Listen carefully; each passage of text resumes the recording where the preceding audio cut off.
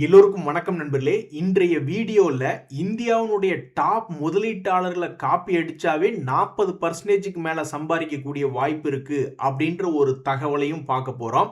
First of all, துவக்கமே இந்த வாரத்தில் நல்லா இருக்கு அப்படின்ற மாதிரி நம்மளுடைய நிஃப்டி 106 பாயிண்ட் ஏறி இருக்கு. அதுக்குன்னு பேராசைப்படக்கூடாது. அதாவது ஈரானுக்கும் அமெரிக்காவுக்கும் இடையில எந்த பிரச்சனையும் வராது.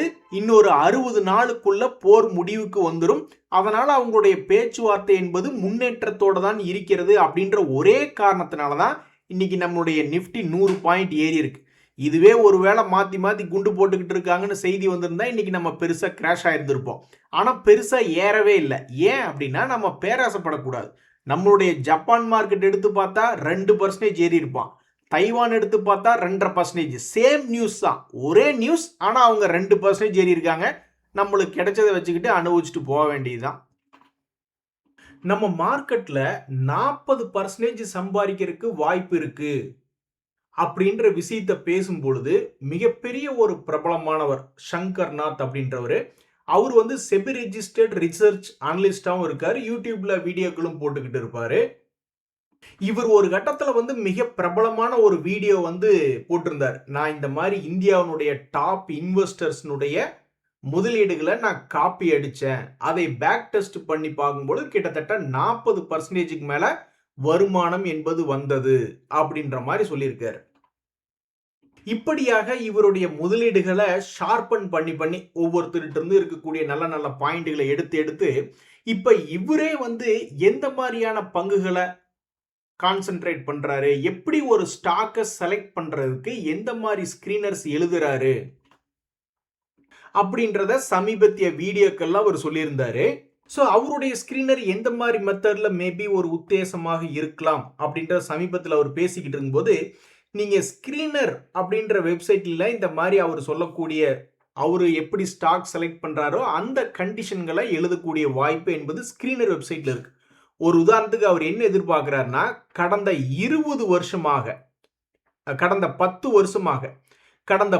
வருஷமாக ஒரு கம்பெனி அதனுடைய முதலீட்டாளர்களுக்கு அவங்க வச்சிருக்கக்கூடிய ஒரு ஷேருக்கு குறைஞ்சது ஒரு 20 சம்பாரிச்சு கொடுக்கணும்.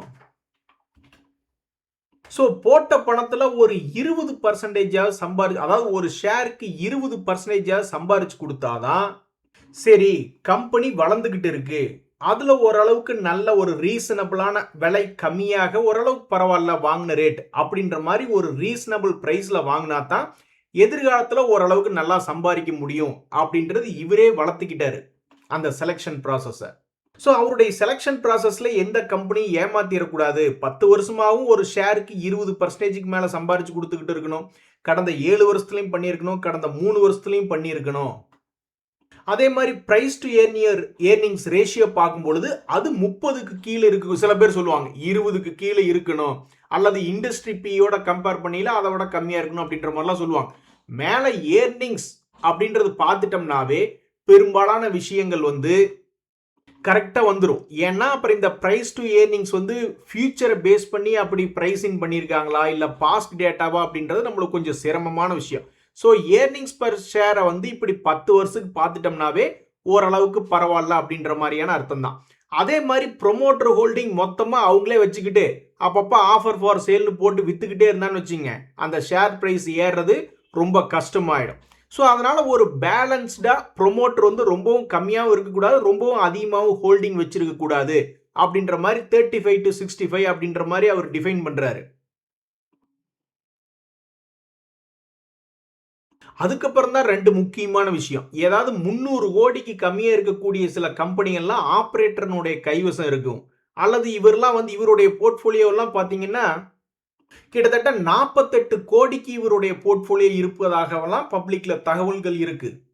ஸோ அப்போ அதில் போய் சிக்கிட்டு வெளியே வர முடியலனா, அது என்னை பொறுத்த வரைக்கும் சில பேர்லாம் ரொம்ப விவரமா இருக்கிறவங்க 1000 crores கூட சில நேரங்களில் மார்க்கெட் கேபிட்டலைசேஷன் என்பது வச்சுக்குவாங்க. ஏன்னா ஏதாவது ஆப்ரேட்டர் கவுண்டரா மாறிட்டா. ஸோ அதுவும் இல்லாமல் குறைஞ்சது ஒரு 20 கோடியாவது லாபம் செய்யக்கூடிய பங்கு அப்படின்ற மாதிரி அவருடைய ஸ்கிரீனருக்கு உபயோகப்படுத்துறாரு. இப்போ நம்ம இதை ரன் பண்ணா எந்த மாதிரியான பங்குகள் வருது அப்படின்ற ஒரு எக்ஸாம்பிளுக்கு பார்க்கலாம். இது ஸ்கிரீனர் வெப்சைட்ல நான் ரன் பண்றேன். அட கடவுளே, அது கிடக்குது 5000 10,000 ஷேரு. ஆனா வந்திருக்கக்கூடிய லிஸ்ட் ஆயிருக்கக்கூடிய பங்குகளே 19 தான் இருக்கு. அதுலயும் நாம மார்க்கெட் கேபிட்டல் வழியாக நாம வந்து ஒரு சார்ட் பண்றோம்னு வச்சுங்களேன், ரொம்பவும் ஃபேமஸான பங்குகள் அப்படின்னு பார்த்தோம்னா இந்த Godrej properties, HBL engineering, Genus power, Shakti pumps போன்ற பங்குகள் தான் லிஸ்ட்லயே வருது. சரி, ஓகே. அப்படியே லிஸ்ட்ல வரும்பொழுது இந்த ஸ்டாக்கினுடைய விலை டெக்னிக்கல் பிரைஸ் என்பது கீழே இருக்கா அல்லது மேலே இருக்கா அப்படின்னு சும்மா ஒரு எக்ஸாம்பிளுக்கு ஃபேமஸா இருக்கக்கூடிய ஒரு 5 பங்குகளை மட்டும் எடுத்து பார்ப்போம். ஃபர்ஸ்ட் பார்க்கக்கூடிய இந்த கோத்ரேஜ் ப்ராப்பர்ட்டிஸ் அப்படின்ற ஷேரினுடைய விலை கடந்த 3 வருஷத்தினுடைய லோல சுத்திக்கிட்டு இருக்கு. ஆனா இந்த பங்கினுடைய லாபம் எப்படி இருந்திருக்கு அப்படின்னு பார்த்தோம்னா, கடந்த 2022 இருந்து பார்க்கும்பொழுது 350 கோடி, 600 கோடி, 700 கோடி, 1300 கோடி, 1800 கோடின்னு ஒரு வளரும் பருவத்துல தான் ரிசல்ட் கொடுத்துருக்கான். பட் இருந்தாலும் பாவம் ரொம்ப சோகமாக, மிகவும் கடினமா மனது வலிக்கிற மாதிரி அது 52 வீக் லோல சுத்திக்கிட்டு இருக்கு. இது மாதிரி குவாலிட்டியான பங்குகள்ல பெரிய அழகு யாராவது வச்சிருக்காங்களா அப்படின்னு பார்த்தா எஃப்ஐஎஸ் 26%, டிஐஸ் 8% வச்சிருக்காங்க. பப்ளிக் கிட்ட அதிகமாக இந்த பங்கு இல்லை. இதுல இன்னொரு மிக முக்கியமான தகவல், சங்கர்நாத் அவர்கள் இந்த மாதிரி ரியல் எஸ்டேட் சம்பந்தப்பட்ட கம்பெனிகளை எடுப்பாரா அப்படின்னு கேட்டா, அவருடைய செலக்ஷன் ப்ராசஸ்ல இது போன்ற செக்டர்களை அவர் எடுக்க மாட்டார். பேங்குகள் அதை புரிஞ்சுக்கிறதே கஷ்டங்க. Finance company, banks company, mostly industrials, manufacturing companies ஏதாவது இருக்கிற மாதிரி தான் நான் பார்ப்பேன். வந்ததே ஒரு 19 ஷேர் தான் அதனுடைய மொத்த ரிசல்ட்டே. ஆனா இந்த குவார்டர்லி ரிசல்ட்ஸ்க்கு மேபி அடுத்த குவார்டர்லினுடைய ரிசல்ட்ஸ் வரும்பொழுது மாறலாம், எது எப்படியோ. ஸோ வந்திருக்கிறதே 19 ஷேர் தான். அதுலேயும் நான் சில செக்டர்களை எல்லாம் நான் விட்டுருவேன். இன்வெஸ்ட்மெண்ட் கம்பெனி, அந்த ஃபைனான்ஸ் ரிலேட்டடானது, ரியல் எஸ்டேட்லாம் வந்து இன்ஃப்ராஸ்ட்ரக்சர், இதெல்லாம் எப்படி இருக்கும், அதாவது அவரு எந்த இண்டஸ்ட்ரியை அண்டர்ஸ்டாண்ட் பண்ணிக்கிறாரு, அவருக்கு வந்து மேனுஃபேக்சரிங் ரிலேட்டடான இண்டஸ்ட்ரியல் கம்பெனிஸ் தான் அவர்னால புரிஞ்சுக்க முடியும்னு சொல்லிட்டு அது போன்ற பங்குகளை தான் சிலது வந்து செலக்ட் பண்ணுவார். இப்போ இந்த வெல்ஸ்பன் கார்ப் அப்படின்றது எடுத்து பார்த்தோம்னா அது பைப்ஸ், ஸ்டெயின்லெஸ் ஸ்டீல்ஸ், இது போன்றது மேனுஃபேக்சரிங் கம்பெனியா இருக்கு. இந்த பங்கினுடைய விலை எப்படி இருக்கு அப்படின்னு நம்ம போய் பார்த்தோம்னு வச்சுங்களேன், அவன் இப்போ உச்சத்தில் இருக்காங்க. சரி, நீ இந்த வருஷத்துல உச்சத்தில் இருக்க, இதுக்கு முன்னாடி நீ எப்படி இருந்த அப்படின்னு போய் பார்த்தா அப்பவும் உச்சத்தில் தான் இருக்கான். பட் எனிவே, இது போன்ற பங்குகள்ல அவர் முதலீடு பண்ணுவாரா, இந்த கரண்ட் பிரைஸ்ல முதலீடு பண்ணுவாரா அப்படின்னா, அவர் டெக்னிக்கல் சம்பந்தப்பட்ட தகவல்கள் சொல்லி நான் பார்க்கல. டெக்னிக்கலா ஒரு 50% இறங்கணும், 30% இறங்கணும், அந்த மாதிரிலாம் நான் பார்க்கல. அவரை பொறுத்த வரைக்கும் இந்த கண்டிஷன்ஸ் தான். இந்த கண்டிஷன்ஸை பார்த்த பிறகு சிறிய அளவுல அதுல என்டர் ஆயிட்டு அதுக்கப்புறம் அவர் வந்து எப்படி போகுது நடவடிக்கையை கவனிச்ச பிறகு அந்த விலை மேல ஏறினாலும் பரவாயில்ல, அதுல வந்து அவருடைய ஹோல்டிங் என்பது இன்க்ரீஸ் பண்ணுவாப்ல. சரி, கடைசியாக இன்னொரு உதாரணம் பார்ப்போம். ஸ்ரீராம் பிஸ்டன்ஸ் அப்படின்ற ஒரு பங்கு, இதுவுமே வந்து மேனுஃபேக்சரிங் ஆஃப் பிஸ்டன் ரிலேட்டடான விஷயம். ஸோ இந்த பங்கு எப்படி இருக்கு அப்படின்னு பார்த்தா கடந்த ஒரு வருஷத்துல உச்சத்துல சுத்திக்கிட்டு இருக்கு. சரி, அப்ப சில வருடங்களுக்கு முன்னாடி ஒரு 5 வருஷம் பீரியட்னா அப்பவும் உச்சத்துல இருக்கான். ஸோ இதுக்கு முன்னாடியும் ஒரு உச்சம், இது ஒருவேளை டெக்னிக்கலா ரொம்ப ஹை ஓவர் பாட்டோ அப்படின்னு சில பேர் நினைப்பாங்க. ஃபண்டமெண்டல் அப்படி கிடையாது. அதுக்கப்புறம் அவன் தொடர்ந்து மேல ஏறியே தான் வந்திருக்கான். ஒருவேளை இந்த பங்கு நஷ்டம் செய்வதாக மாறுதுன்னு வச்சுக்குவோம், அப்ப என்ன ஆகும், அந்த ஷேர்லாம் வந்து அப்புறம் இந்த ஸ்கிரீனர்ல அடுத்த தடவை ரன் பண்ணும் பொழுது வராது. அப்பவே அவர் தெரிஞ்சுக்குவார், ஓகே இந்த பங்குல தற்போது ஏதோ ஒரு மாற்றம் வருது, அடுத்தது என்ன நடவடிக்கை எடுக்கலாம் அப்படின்ற மாதிரி உஷாராயிருவாரு. கடைசியாக ஏதாவது ஒரு ஷேர் மட்டும் கீழே இறங்கின மாதிரி ஏதாவது ஒன்று பார்க்கலாமான்னு பார்க்குறேன். பட் ஒரு 2000 கோடிகளுக்குள்ள மார்க்கெட் கேபிட்டல் இருக்கிறது மட்டும் பார்ப்போம். அப்படி இருக்கும்போது இந்த சக்தி பம்ப் வேணா பார்ப்போம். இந்த சக்தி பம்ப் அப்படின்ற ஷேர் சமீபத்தில் கடந்த ஒரு வருஷத்தினுடைய அநியாயமா லோல வந்து விழுந்திருக்கு. சரி, ஒரு 5 இயர்ஸ் பீரியட்ல அப்படின்னு பார்க்கும்பொழுது அட பாவி அப்படின்ற மாதிரி 1200 இருந்து 600 ரூபாய்க்கு சரிவடைந்து கிடக்கிறது. ஆனால் இன்னமும் அந்த ஷேர் வந்து இந்த லிஸ்டுக்குள்ளேயே தான் இருக்கு. அதாவது இது வந்து தொடர்ந்து கடந்த 10 வருஷமாக சம்பாரிச்சு கொண்டிருந்த பங்கு, கடந்த 3 வருஷமாக சம்பாரிச்சு கொண்டிருந்த பங்கு அப்படின்றது. இவன் என்னைக்கு அடுத்தடுத்த குவார்டர்லி ரிசல்ட்ஸ்ல பெருசா இம்ப்ரூவ்மெண்ட் இல்லாம ஒரு ஷேருக்கு 7 ரூபாய் 8 ரூபாய்னு சம்பாரிச்சு கொடுத்துக்கிட்டே இருந்து கடந்த 2 குவார்டர்களை மட்டும்தான் ஒரு ஷேருக்கு வெறும் 2 ரூபா 3 ரூபாய்னு சம்பாரிச்சு கொடுத்துருக்கான். ஸோ அவனுடைய ஏர்னிங்ஸ் பெர் ஷேர்னுடைய growth என்பது குறைஞ்சிருக்கு. இவர் வந்து குவார்டர்லியில செக் பண்ணல. மேபி நம்மளுக்கு தெரியல. அவருடைய வீடியோக்களை பார்த்துட்டு இருக்கும்போது நான் வந்து இயர்லி பேசிஸில் தான் அவர் செக் பண்ணுறது பார்த்துக்கிட்டு இருந்தேன். பட் குவார்டர்லி அப்படின்னு செலக்ட் பண்ணியிருந்தா மேபி அந்த ஸ்டாக் இப்போ இந்த இடத்த விட்டே வெளியே வந்திருக்கும். அப்புறம் அது ப்ளஸ்ஸோ மைனஸோ அதைய புக் பண்ணிட்டு வெளியே போகிற மாதிரி இருக்குன்னு வச்சுக்கோங்களேன் ஒரு உதாரணத்துக்கு. சரி நண்பர்களே, இதுதான் அந்த மிக முக்கியமான தகவல். ஒரு 40% சம்பாதிக்கணும்னு சில பேர் கனவோடு இருப்பாங்க. ஆனால் எப்படின்றது தெரியாது. அந்த நேரத்தில் இவரே என்ன சொல்றாருன்னா, இவரு ஃபைனான்சியல் மார்க்கெட்ல பெரிய ஆள், செபி ரெஜிஸ்டர்டு ரிசர்ச் அனலிஸ்டாகவும் இருக்கார். ஆனா அவரே வந்து இந்த மாதிரி பழம் தின்னு கொட்டை போட்ட பெரிய ஆள், டாப் இன்வெஸ்டர்ஸ், அது உள்நாடும் சரி அல்லது வெளிநாடா இருந்தாலும் சரி, அவங்க கிட்ட இருந்து காப்பி அடிச்சு இவரே கத்துக்கிட்டு ஒரு கட்டத்துல அவருடைய ஸ்கிரீனர் என்பதை இந்த மாதிரி டெவலப் பண்ணியிருக்கார். இது போன்ற விஷயங்களை தான் நான் என் ஸ்கிரீனருக்கு நான் உபயோகப்படுத்திக்குவேன். அப்பதான் நல்லா வளர்ந்து கொண்டு இருக்கக்கூடிய கம்பெனிகள், ஆனா ஒரு சீப்பான ரேட்ல, ஒரு ரீசனபிளான ரேட்ல நான் எடுக்கிறதுக்கு இந்த மாதிரி நான் சில ஐடியாக்கள் பண்றேன் அப்படின்ற அவருடைய கருத்தை சமீபத்திய வீடியோக்கள்ல தெரிவிச்சிருக்காரு. ஸோ ஒரு ஷேர் வாங்கறதுக்கு முன்னாடி இந்த மாதிரி செலக்ஷன் ப்ராசஸ் பற்றிய பெரிய ஆட்களினுடைய தகவல்கள் உங்களுக்கு உபயோகமா அப்படின்றத பாருங்க. நண்பர்களே, வேறு என்ன ஸ்டாக் மார்க்கெட்ல நியூஸ் அப்படின்னு பார்த்தீங்கன்னா, சமீபத்தில் புல் தடுக்கி பயில்வானாக தான் இந்த ஐடி சம்பந்தப்பட்ட செக்டரை சார்ந்த பங்குகள் இருக்கு. ஏதாவது ஒரு வெளிநாட்டு கம்பெனி அவனுக்கு கைடன்ஸ் சரியில்லைன்னா கூட இவனை தூக்கி போட்டு முதிக்கிறாங்க. என்னடா நினைச்சுக்கிட்டு இருக்கீங்க?